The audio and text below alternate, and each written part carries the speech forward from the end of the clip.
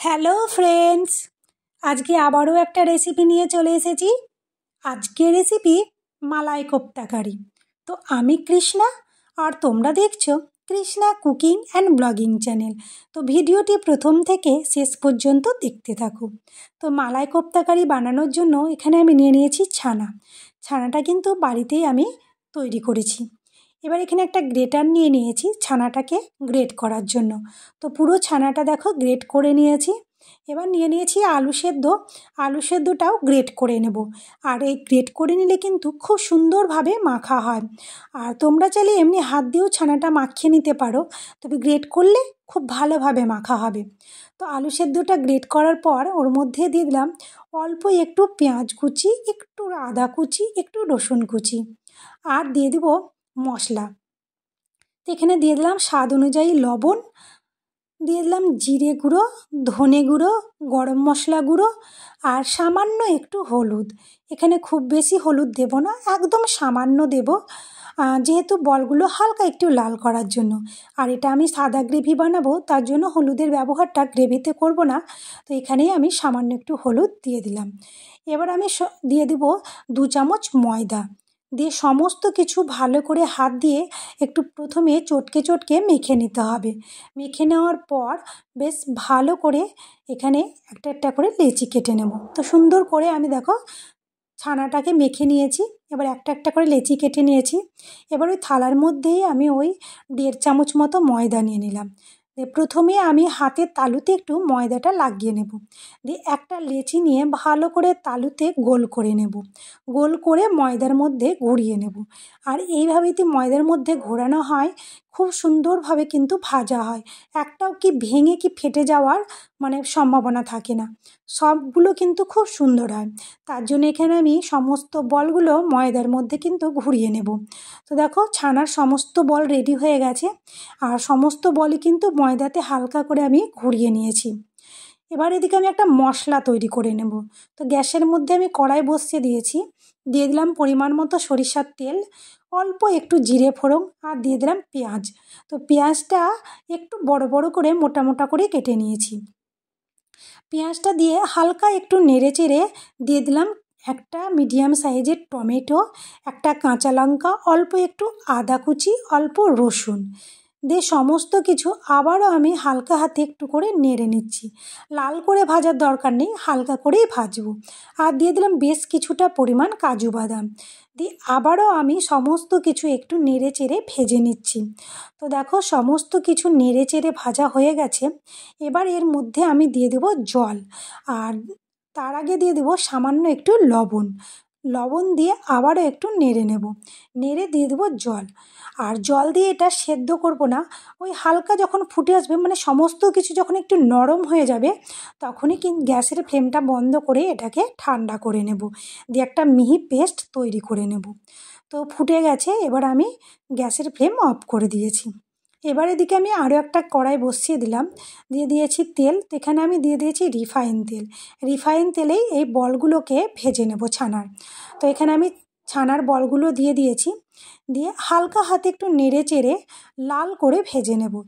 আর এটা কিন্তু খুব সাবধানে নাড়তে হবে বলগুলো, কারণ খুন্তি দিয়ে কিন্তু বেশি জোরে নাড়তে গেলে কেটে যেতে পারে।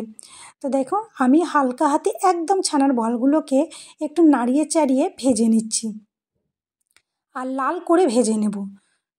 খুব সুন্দরভাবে একটা লাল কালার যখন চলে আসবে, তখন এইগুলোকে উঠিয়ে নিতে হবে। তো এখনও কিছুটা পরিমাণ লাল হবে। তো দেখো আমি আবারও কিন্তু ভালো করে খুন্তি দিয়ে একটু নাড়িয়ে দিচ্ছি, আর এটা বারবার কিন্তু নেড়ে চেড়েই ভাজতে হবে। তোমরা চাইলে কিন্তু এখানে তেলের পরিমাণটা বাড়িয়ে দিতে পারো, ডুবো তেলেও কিন্তু দিতে পারো। আমি এখানে অল্প তেলেই একটু নেড়ে চেড়ে ভেজে নিলাম লাল করে। আর তোমরা চাইলে একটু বেশি পরিমাণ তেল দিয়ে ডুবো তেলে ছেঁকে একদম ভেজে তুলে নিতে পারো। তো দেখো আমি লাল করে ভেজে তুলে নিয়েছি। এবার বাদ বাকি যে ছানার বলগুলো ছিল সেইগুলো দিয়ে দিলাম। তো তোমাদের যদি এই ছানার কোপ্তা কারি রেসিপি ভালো লেগে থাকে, অবশ্যই একটা লাইক করে দেবে, আর কমেন্ট করে জানাবে কেমন হয়েছে।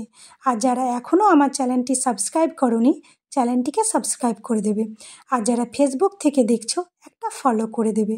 তো সমস্ত ছানার বলগুলো ভাজা হয়ে গেছে। এবার এটাকে আমি তুলে নেব। তো যে মশলাটা আমি করে রেখেছিলাম, মানে ভেজে রেখে জল দিয়ে একটু হালকা সেদ্ধ করেছিলাম, সেটা মিক্সির জারে নিয়ে নিয়েছি। তো ওর মধ্যে দিয়ে দিলাম 2 চামচ টক দই আর অল্প চারমগজ। এবার এটার একটা মিহি পেস্ট তৈরি করে নেব। তো দেখো মিহি পেস্ট তৈরি হয়ে গেছে।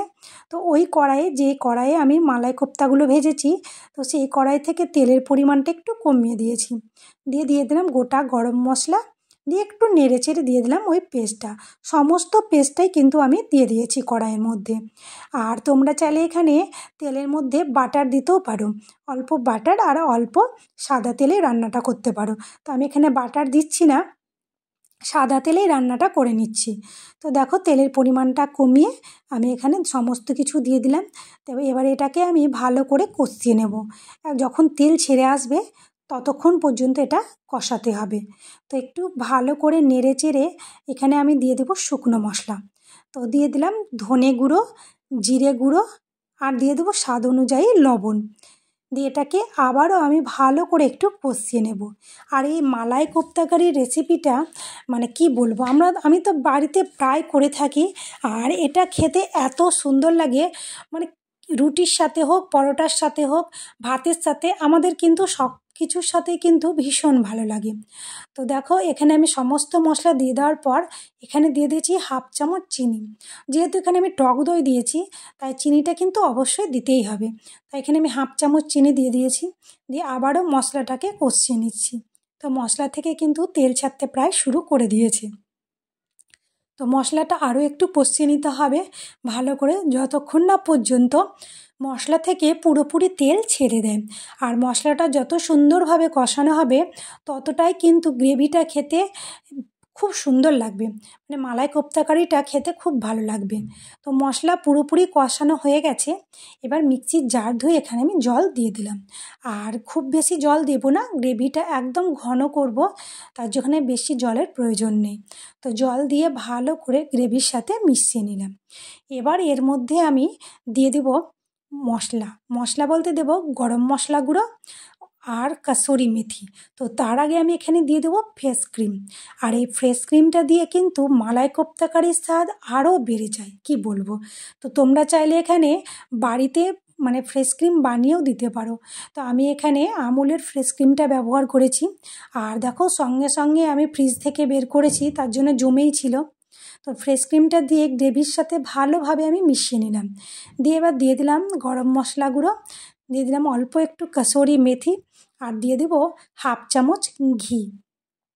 দিয়ে সমস্ত কিছু গ্রেভির সাথে ভালো করে মিশিয়ে নিতে হবে।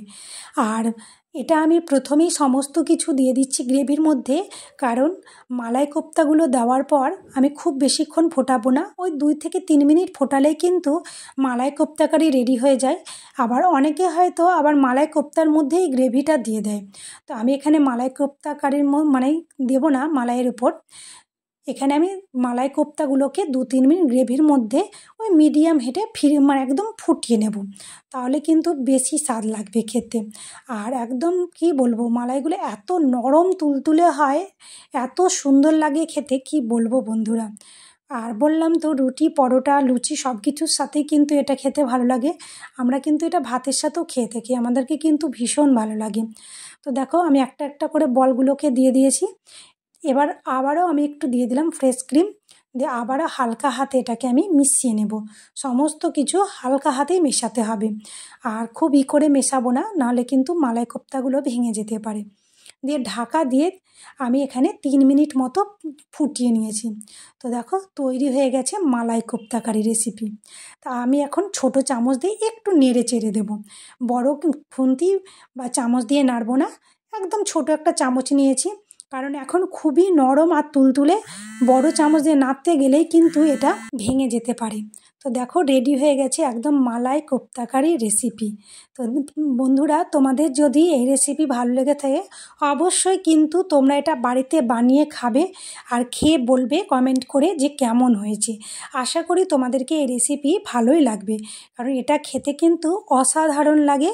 আর এটা বাচ্চা থেকে বড় সকলের কিন্তু ভীষণ প্রিয়। আর এটা কোনো ঝামেলা নেই, বাড়িতেই কিন্তু ছানা তৈরি করে এই রেসিপিটা করা যাবে। আর খুব একটা বেশি সময়ও লাগবে না, আর বাড়িতে থাকা উপকরণেই কিন্তু এটা হয়ে যাবে। তো তোমরা অবশ্যই বানিয়ে খাবে। আজকের মতো ভিডিও এখানেই শেষ করলাম।